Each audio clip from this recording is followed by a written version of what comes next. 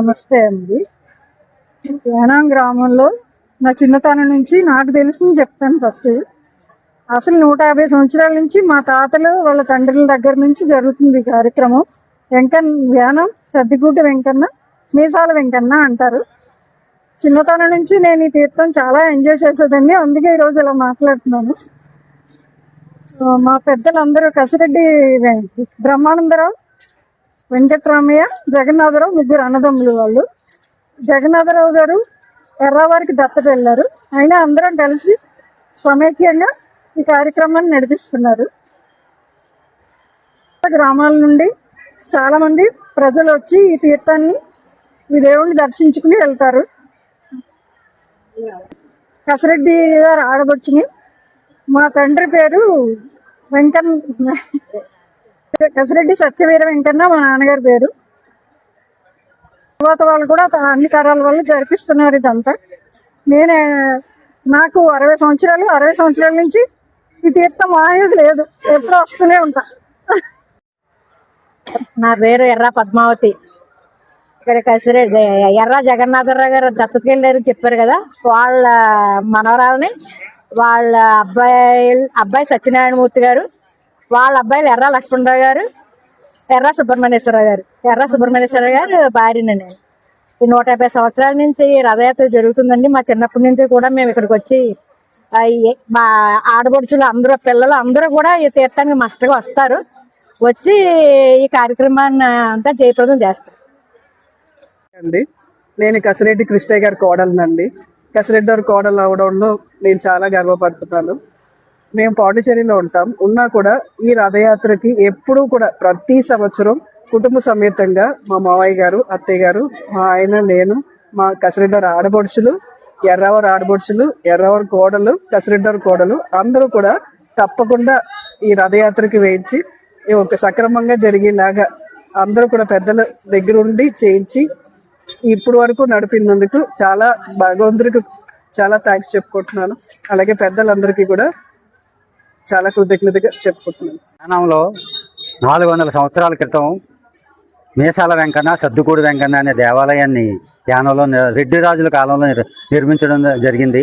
ఆ రోజుల్లో 400 సంవత్సరాల క్రితం నుంచి యానంలో పూర్వం పెద్ద ఫ్యామిలీలు కసిరెడ్డి, ఎర్ర, చింత, బెజవాడ ఇలా ఫ్యామిలీలు అందరూ 10 రోజులు వాహనాలు కార్యక్రమం, గ్రామం అంతా ఎంతో ఉత్సవాలతో, బాగు మేళాలతో, గుండాటలతో, స్కిల్ గేమ్స్తో, అనేక కార్యక్రమాన్ని రంగరంగ వైభవంగా నిర్వహించేవారు.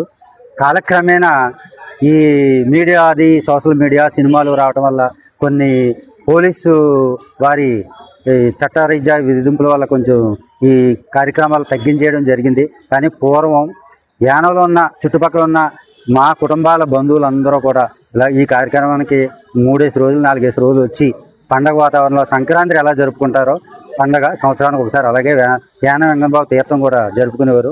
బంధువులు అందరూ ఇంటికి వచ్చి అందరితో కలిసి ఇక్కడ ఉండేవారు. ఈ కార్యక్రమాన్ని చాలా వైభవంగా యానంలో పబ్లిక్ అంతా కూడా ప్రజలందరూ స్వచ్ఛందంగా పాల్గొని ఒకరోజు 9 రోజులు వాహనాలు, ఒకరోజు ముఖ్య తీర్థాలు రథయాత్ర, మరొక రోజు చక్ర స్నానం ఇవన్నీ ఘనంగా నిర్వహిస్తారు. భవిష్యత్తులో కూడా ఈ కార్యక్రమాలు ప్రజలు, ప్రభుత్వం వారు కూడా బాగా ఘనంగా ఏర్పాటు చేసేలా కృషి చేయాలని మనస్ఫూర్తిగా కోరుకుంటూ సెలవు.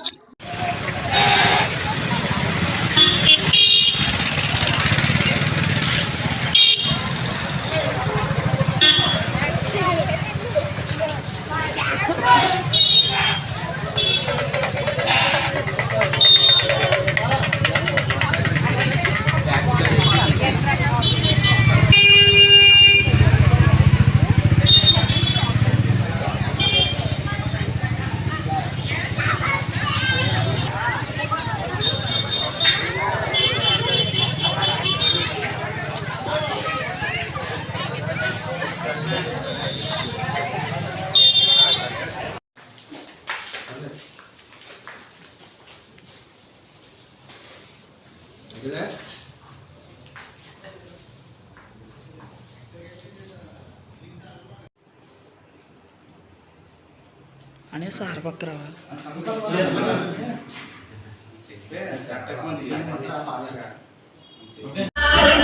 గణపతి తారంగం బల గణపతి తారంగం ఉచ్చ గణపతి తారంగం శుభ్ర గణపతి తారంగం నవ్య గణపతి తారంగం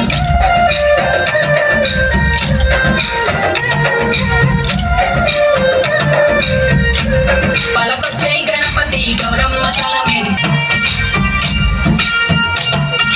శివయ్య ఒళ్ళో కూర్చో గణపతి మా ఇల్లు వెలిగేల సారంగం మూషిక వాహన ఆట పాటలతో సిద్ధం గణపతి నీ ముంగడానికి చెయ్యానతి పిల్ల పాపలతో వచ్చాం గణపతి తారంగం నవ్య గణపతి తారంగం